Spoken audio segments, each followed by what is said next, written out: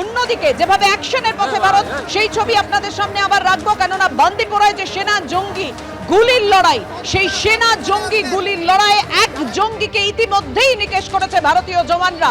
ভারতীয় জওয়ানও আহত হয়েছে, আপনাদের সামনে রেখেছি সেই ছবি। সেনাপ্রধান জেনারেল উপেন্দ্র দ্বিবেদী কাশ্মীরে গেছেন, অন্যদিকে বান্দিপোরায় সেনা জঙ্গির গুলির লড়াইয়ে মৃত লস্করে তৈবার জঙ্গি, মৃত লস্করে তৈবার জঙ্গি, এই সেনা জঙ্গি গুলির লড়াইয়ে তার মৃত্যু হয়েছে। পহেলগাঁওয়ে জঙ্গি হানার পর কাশ্মীরের উপত্যকা জুড়ে একেবারে চিরুনি তল্লাশি চালায় ভারতীয় সেনা, আর সেই সময়ে এই জঙ্গির মৃত্যু হয়। তার নাম আলতাফ লাল্লি। বান্দিপোরার কুলনার বাজিপোরার জঙ্গল এলাকায় পরপর গুলির শব্দ। জঙ্গলের ভেতরে লুকিয়েছিল জঙ্গি, এমনই খবর এনআই সূত্রে। জঙ্গল ঘিরে ফেলে অভিযান ভারতীয় সেনার।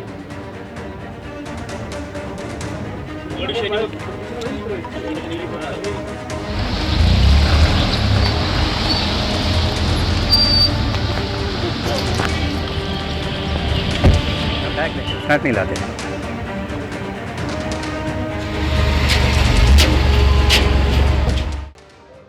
কাশ্মীরের সেনাপ্রধান জেনারেল উপেন্দ্র দ্বিবেদী তিনি আজকে শ্রীনগরে কিছুক্ষণ আগেই পৌঁছে গিয়েছেন। যেমনটা আপনাদের জানাচ্ছিলাম যে কাশ্মীরে পৌঁছে গিয়েছেন সেনাপ্রধান, শ্রীনগরে পৌঁছেছেন জেনারেল উপেন্দ্র দ্বিবেদী। রাজভবনে গিয়ে উপরাজ্যপাল মনোজ সিনহার সঙ্গে সাক্ষাৎ করেন। পদস্থ সামরিক কর্তাদের সঙ্গে বৈঠকে নিরাপত্তা ব্যবস্থা পর্যালোচনা।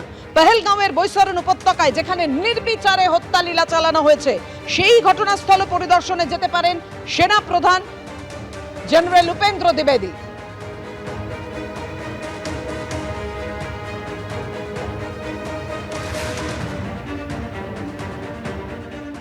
হিন্দু নিধনকারী জঙ্গিদের খুঁজতে গিয়ে নিহত বাংলার কমান্ডো। উধমপুরে সেনা জঙ্গি গুলির লড়াইয়ে নিহত প্যারা কমান্ডো ঝন্টু শেখ। জম্মুর মিলিটারি হাসপাতালে ঝন্টুকে গান স্যালুট দেওয়া হয়। আজই দেহ আনা হবে নদিয়ায়। নিহত নদিয়ার বাসিন্দা প্যারা কমান্ডো ঝন্টু আলী শেখ।